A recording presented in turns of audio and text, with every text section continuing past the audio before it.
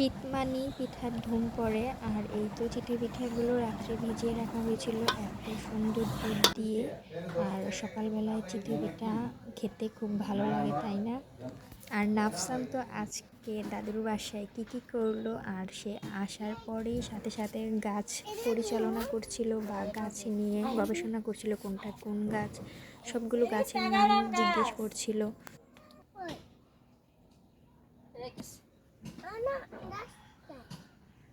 হ্যাঁ,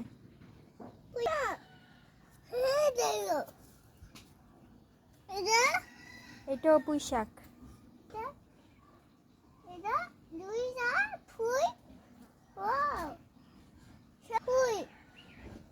ফুল কই পাইলা?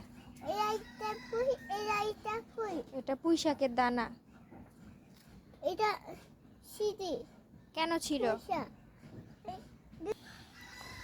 এটা এটা লাউ শাক।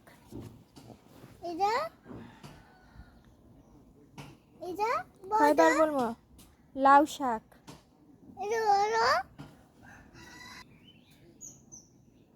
বাহ, দাদি পিচ্চি কারে পিট্টি দিবা?